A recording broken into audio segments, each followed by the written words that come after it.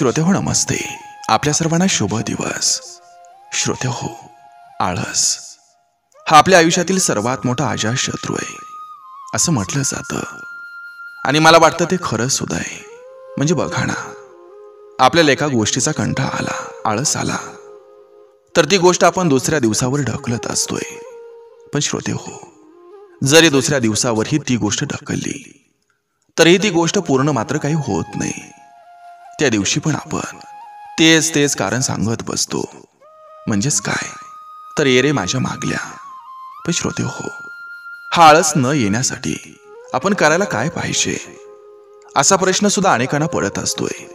तर श्रोतेहो, आळस न येण्यासाठी, ती गोष्ट पूर्ण करण्यासाठी आपल्याला त्या गोष्टीची आवड असली पाहिजे आणि आपल्या मनात एक तीव्र इच्छाशक्ती असली पाहिजे.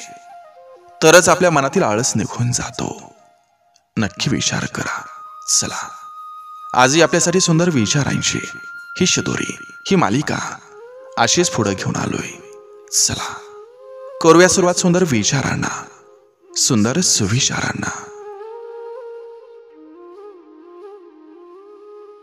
झाल्या गेल्या गोष्टीवर कधी चर्चा करत बसू नका. त्यानं आपल्यालाच दुःख होतं.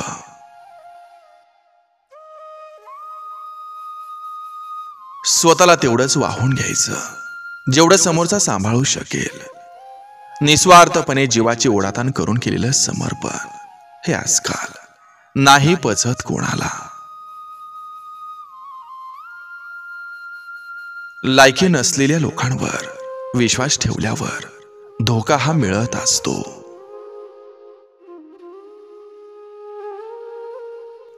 लोकांनी बोलताना जरा विचार करून बोलावं.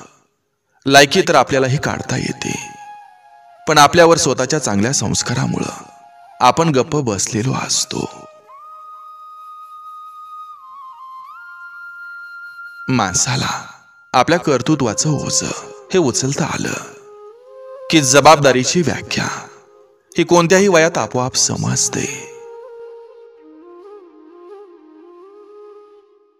शरीरावरचे अनेक इलाज आणि औषधं ही दवाखान्यात मिळतात, पण मनाचा इलाज मात्र मंदिरात देवदर्शनानंच होतो.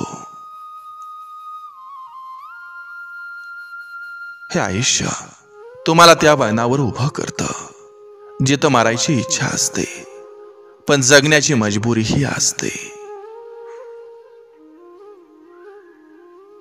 गाठ कशी असली तरी सोडवता येते.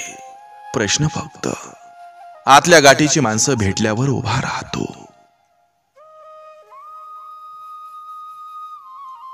बायका आल्या की सख्खे भाऊ पण भाऊकी होतात.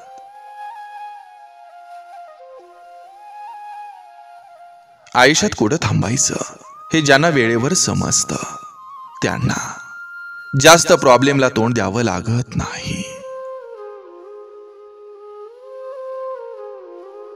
म्हण आणि मन कुणासमोरही मांडत बसू नका, कारण अर्थ न कळालेली मन आणि अर्थात बुडालेलं मन हे प्रत्येकाला झेपेल असं नसतं. जेव्हा आपल्या मेंदूवर आपला विश्वास नसतो, आपल्यातला आत्मविश्वास आणि मनगटातली ताकद कमी झालेली असते, तेव्हा तो माणूस स्वतःचं भविष्य हातांच्या रेषामध्ये शोधतो.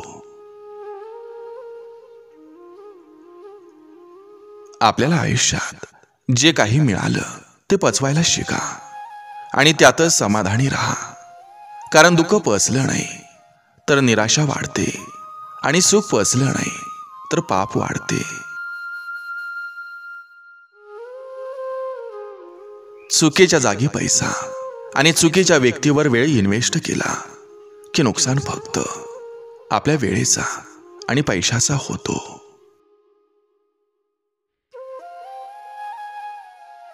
उधार म्हणून दिलेलं पैसं हे परत मागितलं म्हणून आपल्या इथं अर्धी नाती तुटून जातात. समाजानं छळल्यावर माणूस मुळात जसा तो नसतो, त्याला ते बनायचंही नसतं, तसा तो बनून जातो. एखाद्याला छळायची सुद्धा मर्यादा असायला हवी, कारण असाच कोणी जन्मानं करणं बनत नाही. स्वार्थ साधून तीर्थ करण्यात काहीच अर्थ नाही. इतकं जरी समजलं तरी जन्म व्यर्थ नसतो.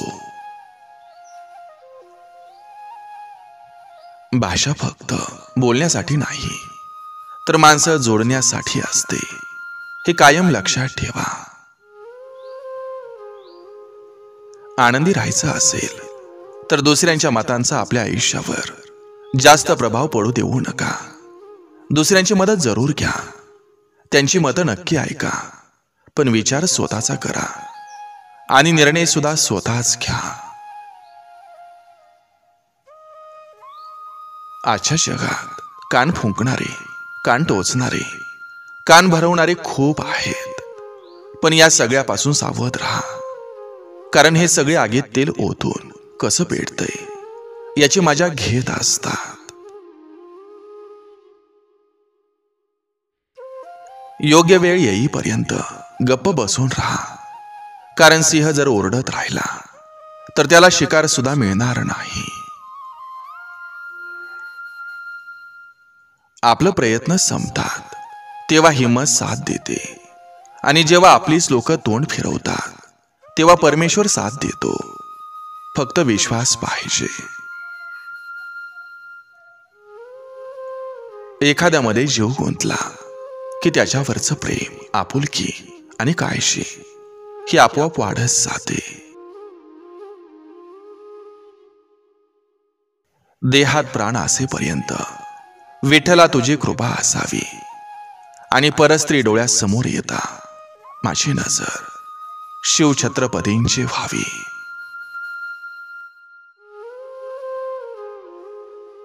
तुमच्यातल्या चांगल्या गुणांचं कुणाला काही कौतुक असो किंवा नसो, पण तुमच्यातला एखादा जरी दुर्गुण चुकूनही लोकांसमोर आला तर तुम्हाला उपदेश द्यायला पाहिलेचे 50 लोक पुढे सरसावतात.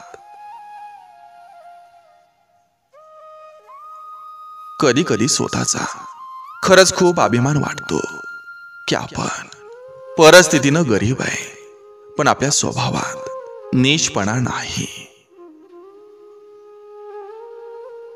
ज्यांना आपल्या वेळेची किंमत नसते त्यांना आपला वेळ देणं हे मूर्खपणाचं असतं.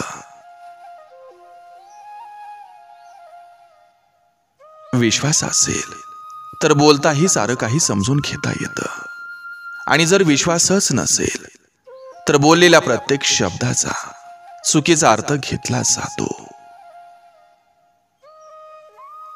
अपेक्षा कधी चुकीची नसते, फक्त ती योग्य व्यक्तीकडून असली पाहिजे.